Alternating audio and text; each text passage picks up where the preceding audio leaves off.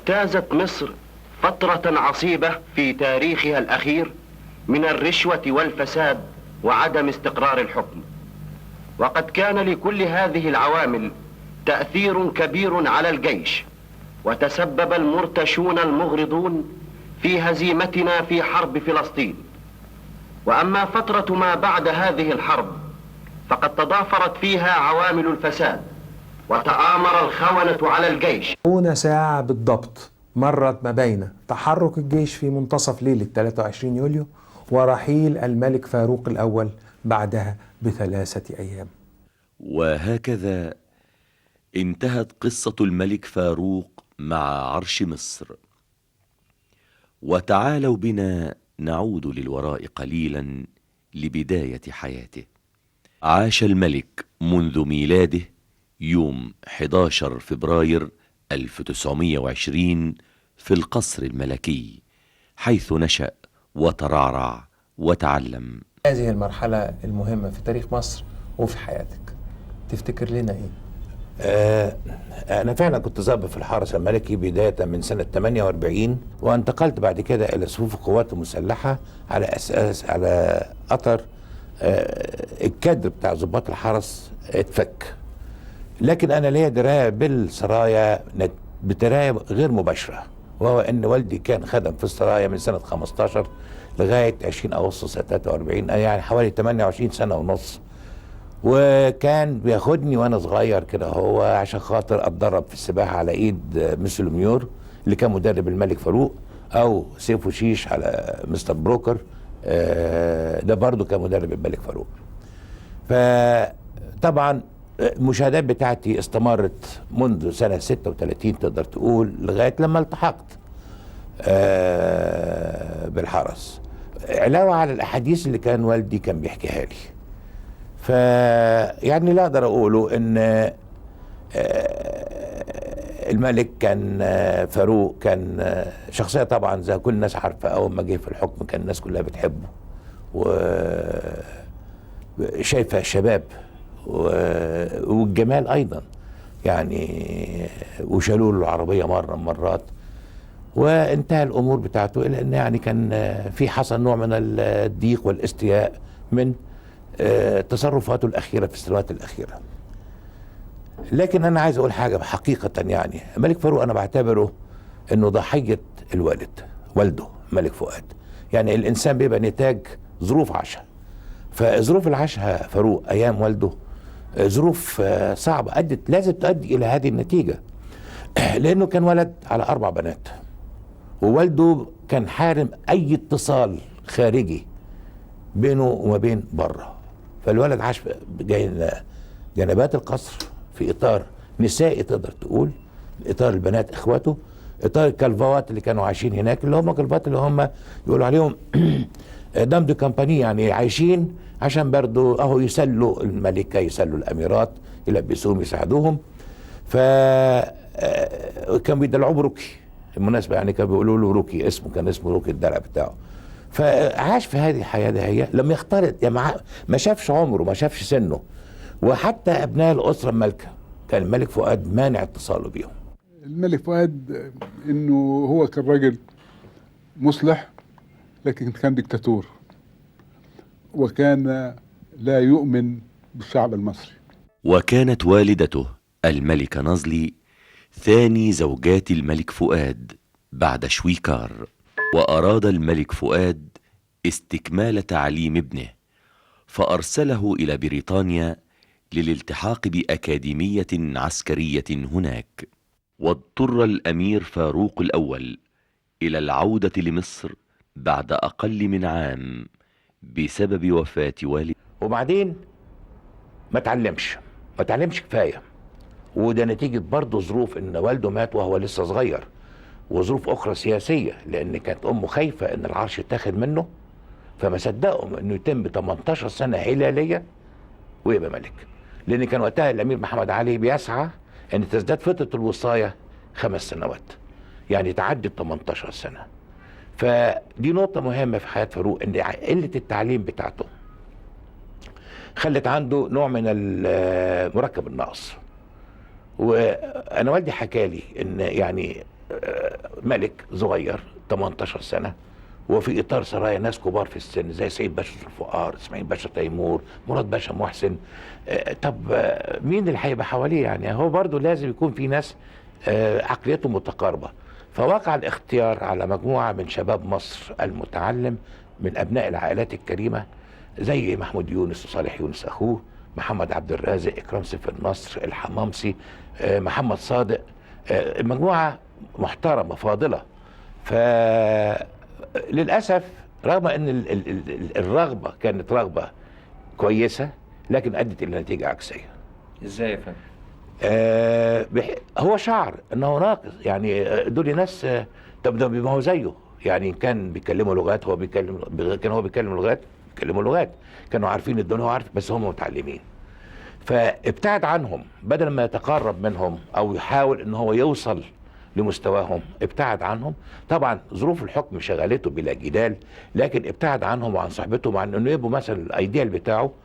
فكان اختلاطه كله بين الانتراج بتاعته اللي هم مجموعة الخدم اللي هم بيشتغلوا في السرايا، ومثال السواق بتاعه، وبعدين بولي الكهربائي بتاع السرايا، كافازي مدرب الكلاب، التوبيلو الحلاق، وحسنين الحلاق. طب الناس دول طبعا مستواهم العلمي هيدوا ايه؟ مش هيقدروا يدوا له حاجه يعني تكبروا ذات قيمه. فطبعا بقوا يدوا له اي حاجه ترضيه، وهنا اشبع غروره بقى. وطلب الملك أن يكون حفل تتويجه في الأزهر الشريف، ووجد معارضة من الوفد، وبايع الإخوان المسلمين الملك المعظم الذي جلس على العرش في 21 يوليو سنة 1937. الملك كان في أول توليه كان محبوب جدا، محبوب لأنه صعب على الناس. كان هو بيدرس في إنجلترا، ورجع والده توفي 28 أبريل، وهو رجع بالمركب، ما كانش الطيارات يعني متوفرة أوي، رجع بالمركب، وصل مصر يوم 6 مايو. فلما وصل لابس بدلة تشريفة كده، جاكيتة بيضة وعليها حاجات ناشين وحاجات كده، كان ولي العهد، وراكب عربية حنطور، وطلعت صورته وهو راكب في العربية دي، نشرت في الصحف، ما كانش فيه طبعا تلفزيون، وهو جالس في هذه العربية جاي من محطة القاهرة عشان يوصل القصر عابدين، وبعدين هو بيبكي، صعب على الناس، وكان جميل الصورة. حصل عطف شديد جدا عليه من أبناء الشعب جميعا. وعزف السلام الملكي لأول مرة لملك مصر الجديد.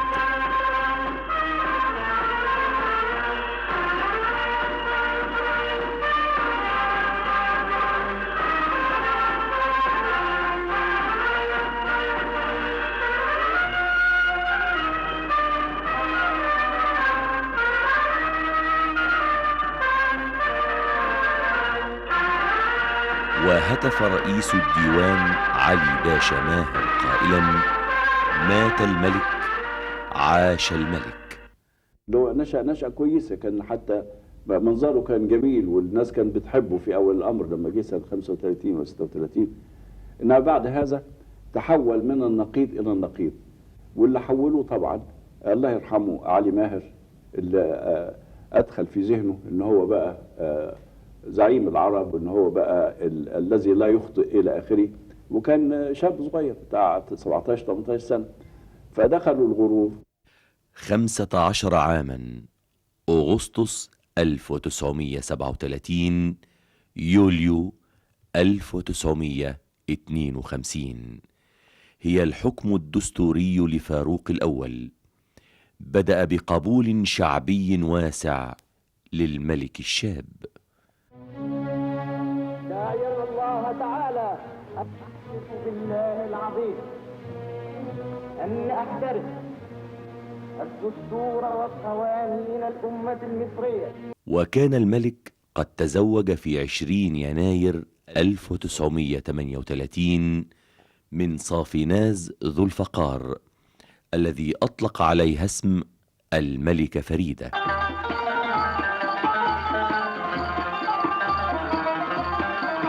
ولما كان الإنجليز يحتلون مصر فقد انتقلت نار الحرب إلى أرضها، وواجهت مصر غزو قوات رومان التي تقدمت في صحرائنا وأحرزت نجاحا كبيرا.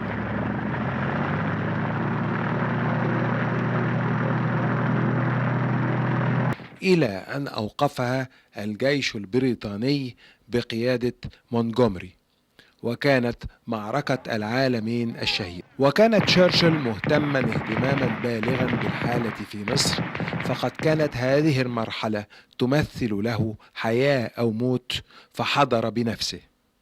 وحاولت بريطانيا الضغط على مصر مرارا لإعلان الحرب، ومن المعروف أن أغلب الشعب المصري عموما والملك فاروق خصوصا كانوا متعاطفين مع ألمانيا وإيطاليا دول المحور، مما أدى إلى الصدام بين الإنجليز والملك في فبراير سنة 1942.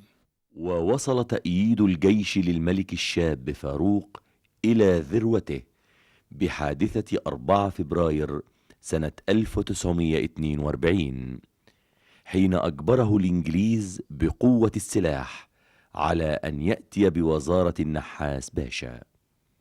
إن حوادث 4 فبراير 1942 قد ألحقت العار بمصر، لكنها رغم ذلك ألهمتنا بروح جديدة، فقد أيقظت هذه الحوادث أناسا كثيرين من سباتهم، وعلمتهم أن هناك كرامة تستحق أن يدافع عنها الإنسان بأي ثمن.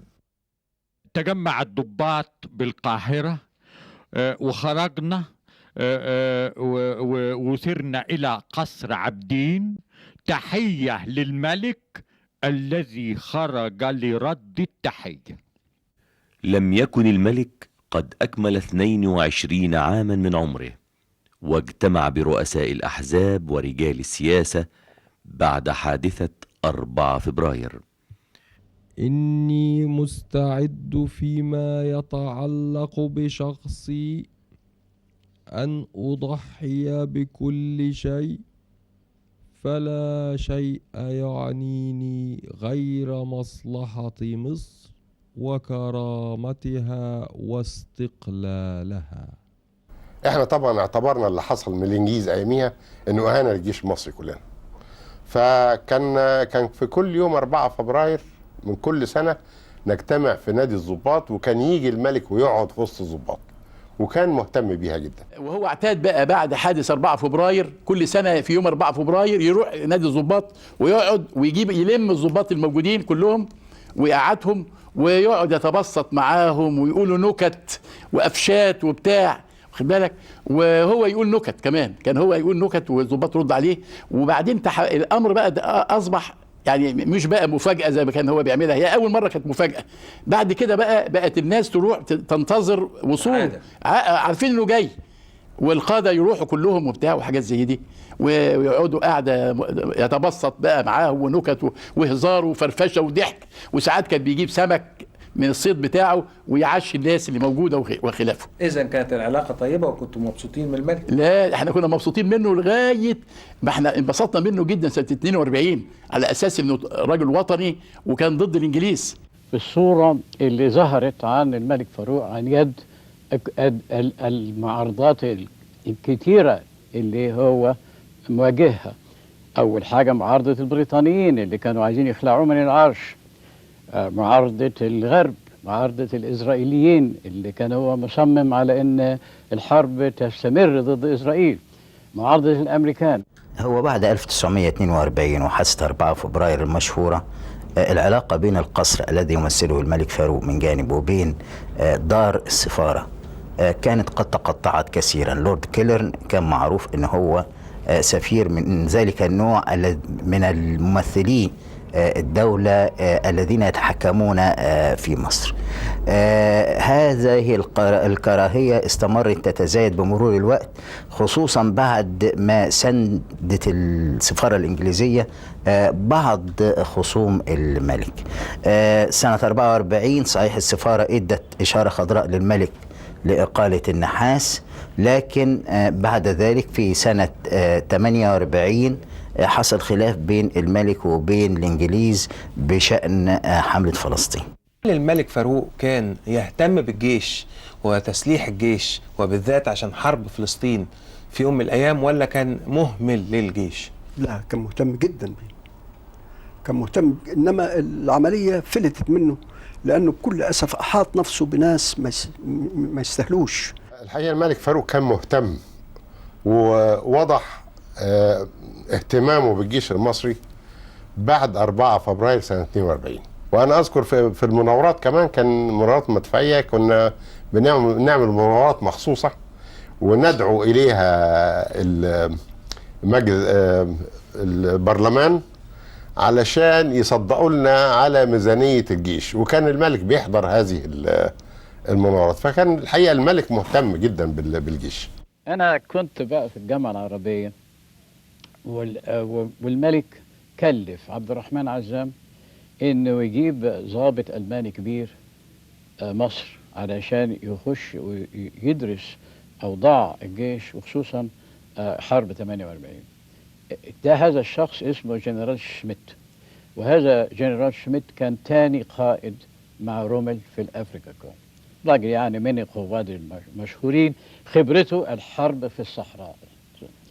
جبناه هنا وأنا كلفت في معيته بقى، أنا كنت مسؤول بهذا الشخص، وكنت أنا همزة الوصل بين الملك وعبد الرحمن عزام في العملية دي بالذات. قعد هنا مدة طويلة أوي، 2 وشوية، فواجه دسائس ومشاكل كبيرة أوي. كان حيدر باشا طبعا ما ينبسطش إنه يجيبوا راجل ألماني يتحكم على، يعني يخش بقى يراقب عملياته العسكرية والآخرية. فلدرجة إن يوم من الأيام وجدنا إن السفارة الأمريكية جابت جنرال ألماني تاني بطلب من الحربية علشان يلعبوا هذا الجنرال ضد الجنرال بتاع الملك، فأبعدناه. الملك كان مصمم إنه يستمر في حرب، فمن الأسباب، وده مكتوب في الكتاب بتاعي، سأل عزام باشا إحنا خسرنا حرب 48 ليه؟ الرد إن إحنا دخلنا في هذا الحرب من غير استعداد، دخلنا حرب في الحرب ب3 أيام ذخيرة، مع ان اليهود جندوا 70% من طاقتهم العالمية والدولية في تجهيز المعارضة في هذا الوقت. لو كانوا العرب جندوا 10% من امكانياتهم كانوا نزلوا جيش بتاع 1,000,000 عسكري وكنا كسبنا الحرب سنة 48. وكان الملك قد أنجب من فريدة 3 بنات، هن فريال وفوزية وفادية.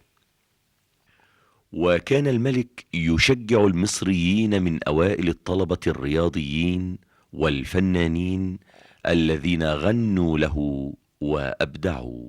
في الحمام اللجنة الأهلية، وكان الملك بيجي. ملك كان بيكافئكم، كان بيقابلكم؟ أنا لما ضربت رقم قياسي، أنا وحسن عبد الرحيم ضرب رقم قياسي ومرعي حماد، قابلنا الملك في كان وفي نيس، قال لنا شبيكوا لبيكوا. تعرف حكايه شبيكوا لبيكوا دي؟ يطلع لك ما اعرفش. والله زي ما بقول لك كده. اما مرعي قال لك ايه يعني يا بيه؟ يعني يا بقى كان اكرام سيف النص السكرتير، قال له يعني يا بيه يعني شبيكوا لبيكوا يعني؟ قال لي يعني اطلب يا مرعي. قال له طب انا عاوز عماره يا بيه وحج. ده مين؟ مرعي.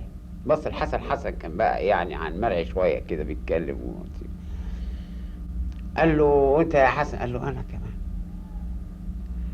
بص لي انا قلت له انا عاوز اروح اكبر كليه عسكريه في العالم. كل واحد اخذ اللي هو عاوزه. الفن كان محترم ايام الملك، ما كانش حد بيجي يشتغل عشان في حاجه ورا الفن، كان بيجي يشتغل انه هيبقى فنان يعني. وبناء عليه الغنوه اللي عملوها له في عيد الفن الفن مين يعرفه إلا بتاع اللي عملوها للملك. أستاذ عبد الوهاب. الأستاذ عبد الوهاب غنى يعني دلوقتي لما تيجي الأستاذ بلاش عبد الوهاب، أي حد من الأسامي الجديدة دي وقول له تعالى غني يقول لك بكام.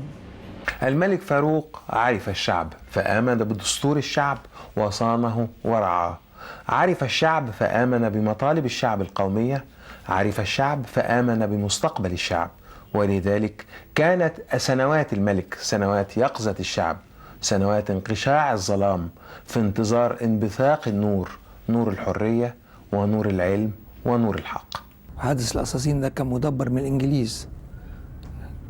كان كونفوي واقف في طريق القصاصين وراح طالعه من وسطه عربيه ضربت الملك، لولا انه كان راكب المرسيدس اللي هتلر اداها له هديه وكانت قويه جدا كان خلص فيها. فالبنت الاخرانيه سموها فاديه، يعني فادته، وهو كان بيتفائل بحرف الف زي ما احنا كلنا عارفين. قايل برضه في كتابك السنوات الخمس الاولى من حكم فاروق كانت صعبه. كان في تحدي القمصان الزرق، كان في نشوب الحرب العالمية، وكان في رفض الملك إعلان الحرب فاحتجت بريطانيا. والله طبعا الملك، ما الواحد مش لازم ينسى ان الملك كان لسه صغير وبياخد آراء وبينفذ آراء علي ماهر والوزراء بتوعه، وكان عنده ناس يعني أخوياء في السرايا عنده. فأنا ما بعتبرش الملك في الأيام دي المسؤول الأول للسياسة المصرية وللتصرفات بتاعته. هو بيمشي أمور بتجيله بقى الآراء والتفكير بتاعت آخرين. زي مين؟ زي علي ماهر، صالح باشا حرب، الشيخ المراغي. دول كانوا ناس مسلمين متحمسين في القضية الإسلامية اللي ابتدأت أيام محمد علي، إن لازم العالم الإسلامي ينظم نفسه، يوحد نفسه، يرجع إلى إنه يكون قوة كبيرة، وده يحترم قوي. وأنا أظن إحنا ما نقدرش نعارض التفكير ده، لأن ده تفكير سليم. طبعا مين يزعل من ده؟ هم الإنجليز. قال الملك فاروق: اعطوا للفقراء حقوقهم قبل أن يطالبوا بها. لا يكون الملك صالحا إلا إذا حصل الفقراء على حقهم في الحياة. ليس الفقراء هم المسؤولين عن فقرهم، ولكنها مسؤولية الأغنياء. كانت الأغاني كلها بتتحدث عن الملك، وأغنيات يعني أغنية الشباب وأغنية الربيع وحاجات كتيرة كانت يعني الفن يعني بيتناولها. كان لفاروق 5 أخوات من البنات. أخت غير شقيقة هي الأميرة فوقية ابنة الأميرة شويكار. الأخت الكبيرة تبقى بنت شويكار والملك فؤاد. اللي حصل بقى حادثة أخوها حاول يقتل الملك فؤاد في نادي محمد علي. والبنت الكبيرة بقى هي فوزية اللي بقت إمبراطورة إيران، واللي بعد فوزية فايزة. دي يمكن لو كانت راجل كان يمكن لعبت دور هنا في مصر، لأن فايزة ما كانتش موافقة قوي مع أخوها. وعندها بقى أفكار يجوز تكون يسارية شوية، وكانت واقعة يمكن تحت تأثير جوزها محمد علي رؤوف، درس في أمريكا وإلى آخره، وكان تركي متحمس ويساري أيضا على طريقة مصطفى كمال وإلى آخره. فالدليل على هذا، وأنا أزود شوية بالكلام ده، الدليل على هذا إن لما جاء اتجوز أخت الملك عرض عليه البشوية، رفض. ليه؟ لأنه تركي وما فيش بشويات هناك. فمن وراء ظهره الملك خلى وزارة الخارجية تتدخل في الموضوع وتفتح الحديث مع الحكومة التركية، وجه الحكومة التركية قررت إن يقدر الأخ رؤوف إنه يكون باشا في مصر. فالملك جاء ومبسوط وبرضه رفض، قال لك لا أنا مش عايز أكون باشا. فهنا في روح يعني في روح ديمقراطي شوية في الموضوع ده. وفايزة يعني تحت تأثير جوزها من ناحية، ومن ناحيتها هي نفسها عندها شخصية قوية شوية، وكانت صديقة بعض الناس منهم درية شفيق، وكان فيها يعني في نوع من التفاهم بينهم وبين بعض. الأخت اللي بعديها بقى فايكة، دي كانت متجوزة فؤاد بيه صادق وتوفت وما لعبتش دور. والبنت صغيرة متجوزة رياض غالي، وحصل بقى حادث قتل فتحية في أمريكا، وانتهت الموضوع. هذه الحكاية. فاللي لسه عايشة النهاردة هي فوزية. الشقيقة الكبرى الأميرة فوزية تزوجت من سمو ولي عهد شاه إيران محمد رضا بهلوي سرعان ما بدأت شعبية الملك تقل تدريجيا لأسباب مختلفة، إذ تصاعدت روائح الفساد من السراي، وكثر الكلام عن حاشية الملك واستغلالها للنفوذ. بكل المقاييس كان ملكا فاسدا، لأن أنا وإنت عندنا أمال وعندنا طموحات بنتوسل إلى تحقيقها بحسن الخلق، بحسن السيرة، بحسن التعليم، ببيئة. هم بيولدوا كل شيء متحقق، فلا يبقى أمامه غير الفساد. كنت بكتب في روز اليوسف، وكنت بكتب أخبار فقط، وبمضي هذه الأخبار باسم واحدة صديقة ليا إيطالية اسمها سيلفانا ماريلي. هي بتبعت لي الأخبار وانشر. إيه اللي احنا بننشره بقى؟ كل فضائح الملك فاروق بتتنشر كما هي من غير ما حد يتدخل، لدرجة أن أحد كبار الصحفيين طلع كتاب عن الحرية في الصحافة. ومن مظاهر الحرية في ذلك الوقت ما كانت تنشره الصحفية الأجنبية سيلفانا ماريلي، اللي هي أنا يعني. حرية شديدة اللهجة. اللي كان بيكتبه إحسان عبد القدوس كان يستحق عليه السجن كل يوم أو كل ساعة، لكن اتنشر واتكتب. وروز اليوسف نقد فظيع. أنا اللي أطلقت على ميمي السوس بتاع دي سامية جمال الراقصة الرسمية. في يوم من الأيام، أيام الملك، كانت الراقصات بيقولوا لهم علاقة بالسرايا. إيه حقيقة هذه الرواية؟ أنا عمره ما كان لي علاقة بالسرايا إلا بالملكة فريدة، لأن والدتها في الهلال الأحمر، وخالتها منسري باشا في الهلال الأحمر. يعني في صداقة غير يعني مش صداقة هقول لك عشان أنا تحية كاريوكا، لا. بس كان في راقصات أخريات، يعني كان في الفنانة سامية جمال، كان في الفنانة كاميليا إلى آخره. لا كاميليا عمرها ما رقصت، ما بتعرفش ترقص. لا مش ضروري ترقص. يعني الفنانات لهم هو علاقة كان بيحبها. مين؟ الملك. فعلا. طبعا. شاب وملك ما يحبش ليه؟ إذا كان واحد دلوقتي، امال الفواريق اللي ذهب فاروق واتوا فواريق. طب وبالنسبة للفنانة سامية جمال؟ سامية الله يرحمها كانت علاقتها بيهم علاقة شوية وثيقة. الملك فاروق في أوائل حكمه كان محبوب جدا من الشعب، ولكن حاشيته وخاصة الإيطاليين وغير المصريين الذين كانوا يحيطون به أفسدوه. لا لا لا لا، يعني كل ما يقال عن بولي بيه ده كان راجل دمه خفيف طلياني وبتاع ولا حاجة. بيتر الحلاق بتاعه كلام فارغ. محمد حسن ده كان اللبيس بتاعه راجل أمين بتاعه، فأكرمه واداله بهوية، والبهوية دي كانت بتتوزع على أي حد. كريم ثابت يمكن ده كان له بعض تأثير بسيط في تشجيعه على التصرفات المنحرفة. ممكن أحمله جزء كبير أوي كريم ثابت. أما الياس باشا اندراوس لا، كان راجل واخد النواحي الاقتصاديه وكان محترم نفسه بعيد عن الحاجات دي. ادي الحاشيه اللي كانت عنده، مفيش حاشيه غير دول. ماذا تقول لنا عن حاشيه الملك فاروق؟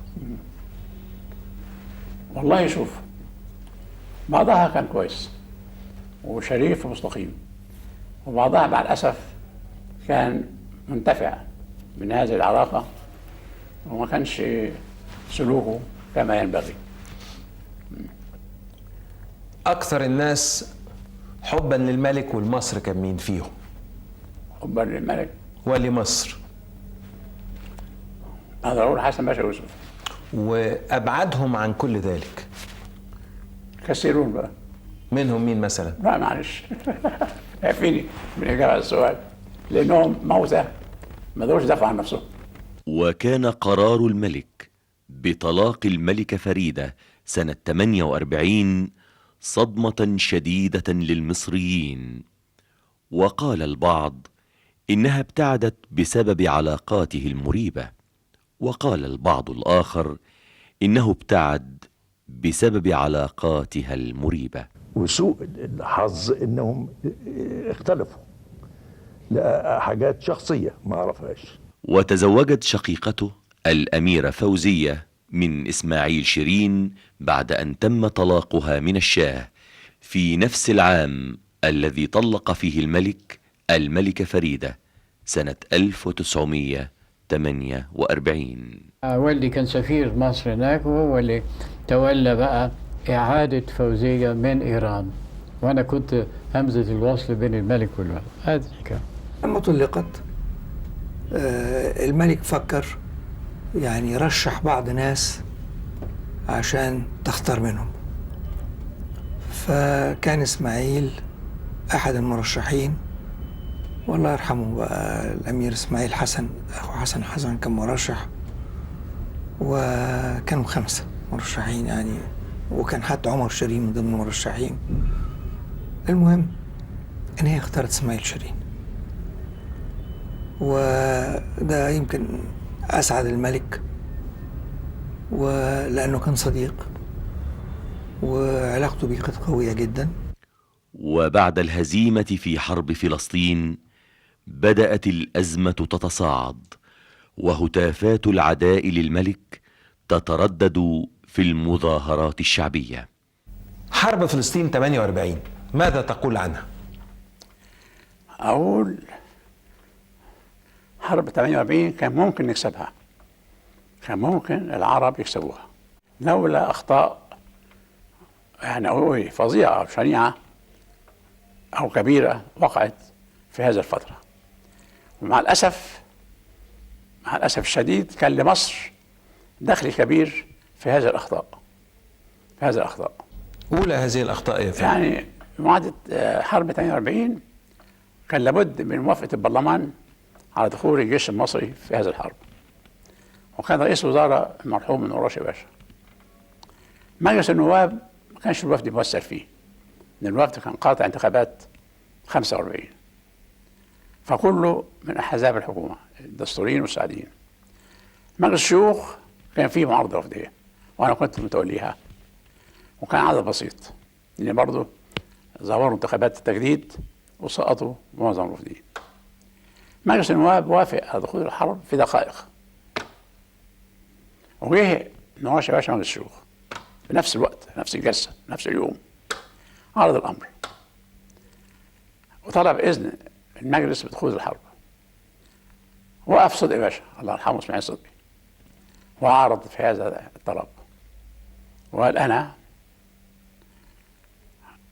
أولا من ناحية الشكلية ملناش مصلحة في دخول هذه الحرب، وإيه إسرائيل 1 2 مليون تعمل إيه مع 100 مليون عربي حواليها، ولسه لا لها قوة ولا لها جيش ولا إحنا فيش خوف أو خطر منا علينا من إسرائيل. ثانيا أنا أعلم وكنت رئيس وزراء لوقت قريب إن الجيش المصري غير مستعد لهذه الحرب، وذلك أنا أعارض في هذا الطلب. فأنا كزعيم معارضة قلت أنا أحب أسمع رد رئيس الحكومة عن الجزء الخاص بالجيش. الجزء الأول بتاع مصلحة مصر، لا أنا مختلف مع صدقي باشا، لأن خطر إسرائيل خطر أكيد على مصر، ما كانش النهارده بكرة. وإسرائيل إذا وجدت مش الدول الأخرى الكبرى زي إنجلترا أمريكا روسيا مش هتسيبها تموت، هتبقى وهتدعمها، وهتبقى خطر كمان اقتصادي على مصر وعلى المنطقة كلها. فإحنا لنا مصلحة ألا تقوم هذه الدولة قطعا. إنما بقى اللي أتفق فيه مع صدقي باشا مسألة قوات الجيش. ما كانش الجيش مستعد يبقى مفيش داعي، مفيش داعي أبدا لدخول الحرب. عاوز رد من نور باشا. فوقف وقال لا أنا طمئن فؤاد باشا الجيش المصري مستعد جدا لهذه المعركة. معلومات صدقي باشا قديمة، ما كان رئيس وزراء من 2 3 واحنا استكملنا استعداد الجيش المصري في هذه الفترة. ودي معركة بسيطة مضمونة، وتكلم مع الجيوش العربية الأخرى وتفوقها في بعض الأسلحة، وإنها معركة مضمونة ولن تستغرق إلا وقت قليل. طيب أنا إزاء هذه المعلومات قلت أنا موافق، لكن أقول لرئيس باشا إذا تبين فيما بعد أن هذه المعلومات غير صحيحة هيبقى لي حساب معاه هنا في هذه القاعة. كنت من حرب 48 وشفت ازاي اليهود كنا احنا مجرينهم قدامنا سنة 48 وكانوا يطلعوا في الهدنة. هم طبعا تعرف احنا خسرنا الحرب ليه سنة 48؟ لأن الدول العربية كلها كانت صفر على الشمال، لا لنا أصدقاء في الدنيا ولا نساوي حاجة، واليهود كان لهم مواطنين بتوعهم في كل بلد وكان لهم أصدقاء في كل بلد، فهم خدوا كل الأصوات واحنا ما خدناش حاجة، محدش وقف معانا أبدا. حتى الإنجليز كانوا محتليننا والفرنسيين كانوا ضدنا ومع اليهود. بس كده ده السبب. لكن احنا كنا مكفرين سيئات اليهود في الأول، واحنا كنا على 17 كيلومتر من تل أبيب، وكنا في القدس احنا كنا بنضرب كل يوم قوات احمد عبد العزيز، كنا بنضربها بمدفعيه كل يوم نصبحها ونمسيهم وكانوا هم يعني بيخافوا جدا من. واخدنا مستعمره اسمها رمات رحيل جنوب القدس على طول، اكبر مستعمره هناك خدناها، لكن كانت قواتنا صغيره قوي. بعد ما خدناها اليهود دقوا بصوا نفسهم بره المستعمره، فرجعوا هاجموا تاني هم من ناحيه والعرب من ناحيه ثالثه، واحنا بقينا قله في وسطهم، اضطرينا نسيبها ونطلع. الجماعة اللي خسروا الحرب حملوا المسؤولية على فاروق، خصوصا حيدر باشا. السفير الإسرائيلي في مذكراته اللي نشرتها مجلة روز اليوسف بيقول إنه أكتر عدو لإسرائيل كان الملك فاروق. أعتقد هذا. كان متحمس جدا لقضية فلسطين، دي اللي خلته بقى يعارض هجوم جامد قوي من الجرائد الدولية واللعب يعني والكلام الكتير عن حياته الشخصية والى آخرها، علشان يقتلوا طبعا في سمعته بالنسبة للمجتمع العام. دول الموجهين تهمة الفساد أمام الملك بطريقة غير طبيعية ومن غير أساس. والدليل على هذا وأنا كاتبه في الكتاب بتاعي إن اتعرض عليه رشاوي من ناحية اليهود والأمريكان، لو مشي معاهم كان طلع بمبالغ خيالية وكان يمكن كان فضل ملك مصر. فدي كمان مهمة جدا. أما تحمسه بقى بالقضايا بالقضايا المصرية، ده كان ماشي خالص في الطريق السليم للسياسة الخارجية الوطنية القومية المصرية. فكان مهتم جدا بالعلاقة مع السودان اللي هي أساس العلاقات، يعني هي اللي خلتنا إحنا في علاقتنا مع إنجلترا ما عرفناش نوصل إلى أي نتيجة. دي مهمة جدا، لأن أقدر أقول إن التاج المصري كان الرابطة الوحيدة بيننا وبين السودان. يعني الملكية المصرية ده كان ملك مصر والسودان، فده كان نوع من الرابطة. وفي نفس الوقت الخرطوم دي مدينة مصرية، والسودان اللي خلق السودان الحديث هي مصر. وبدأ الصدام بين الإخوان والملك بعد اغتيال النقراش باشا الذي اتهم فيه الإخوان، ثم اغتيال المرشد العام حسن البنا سنة 1949 الذي اتهم فيه رجال من السراي. لازم نفصل ما بين الحاشية وما بين الديوان الملكي. فالحاشية الخصوصية وهي أكثر من أساء إلى صورة الملك فاروق، كان فيها كريم ثابت، وكان فيها الياس دراوس، وكان فيها مجموعة الإيطاليين اللي اشتهروا بعد ذلك بسوء السمعة، وكان فيها أيضا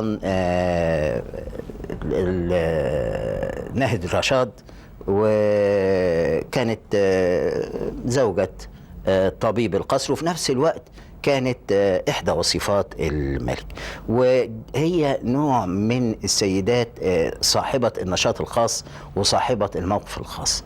هذه السيدة تكفلت بأنها تقيم شيء تنظيم أقرب إلى ميليشيا من الميليشيات لينفذ سياسة القصر وليس سياسة الدولة.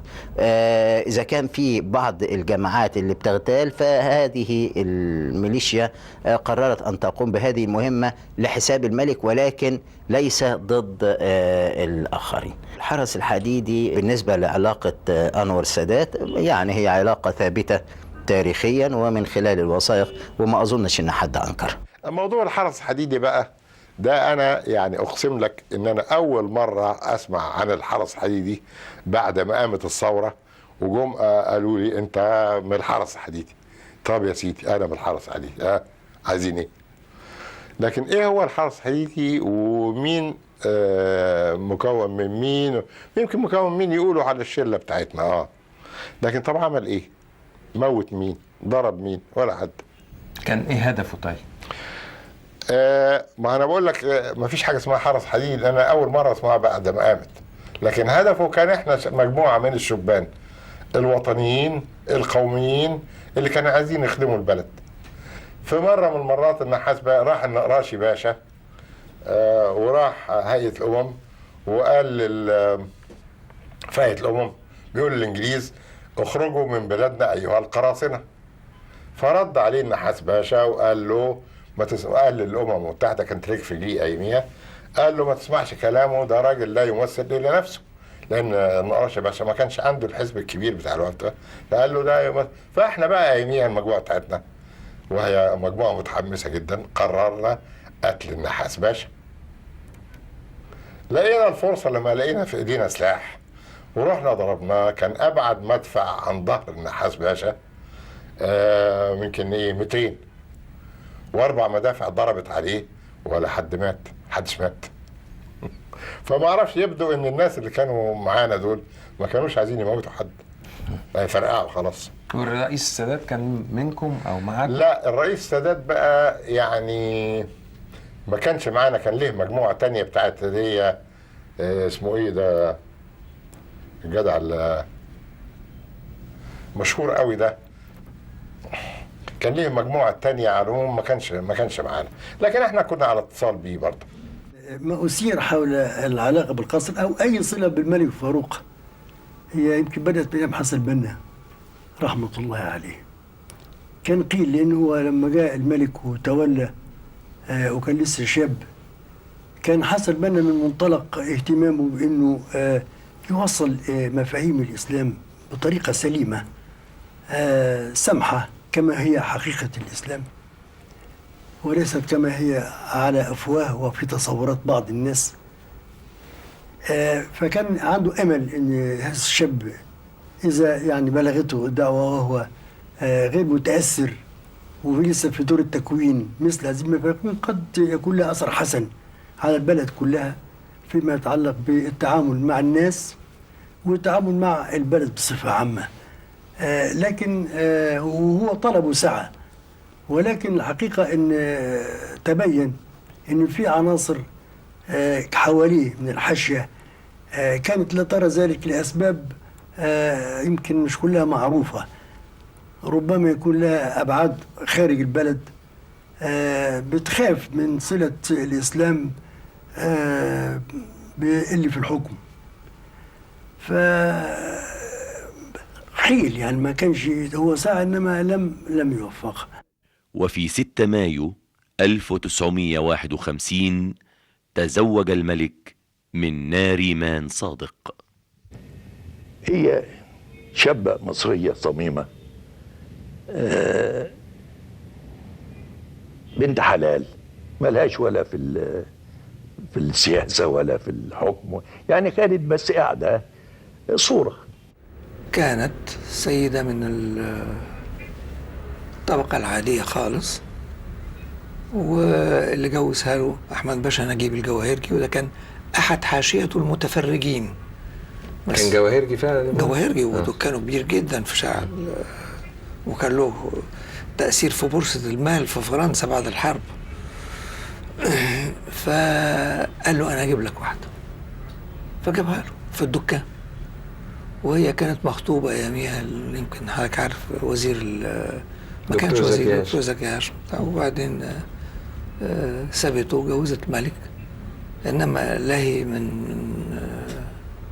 لفظ البلد من وقمه أو من مقامه أو من مركزه، ولا هي من ثقافته، وإن كان هو ما كانش عالي الثقافة جدا لأنه ما لحقش يكمل تعليم ورجع بدري لما أبوه مات، لكن ثقف نفسه في حاجات كتير جدا. ولا هي يعني تصلح كملكة لواحد مجروح تلم له الجراح بتاعته، لأنه اتجوزها كزوجة بس عشان تنجب له ولي عهد. لا، في فرق كبير قوي بينها وبين فريدة. إنما يعني الملك فاروق طبعا حبها عشان جابت له ولي عهد. وما زالت سيداتي أنساتي سادتي بعض صفحات هذه السنوات المصيرية غامضا ومجهولا، وما زلنا لم نعرف كل أسرار الضباط الأحرار. إلى اللقاء لنقلب معا مزيدا من صفحات هذه الملفات الهامة في تاريخنا الحديث، فما زال للأحاديث بقية. مع أجمل المنى وأرق تحياتي.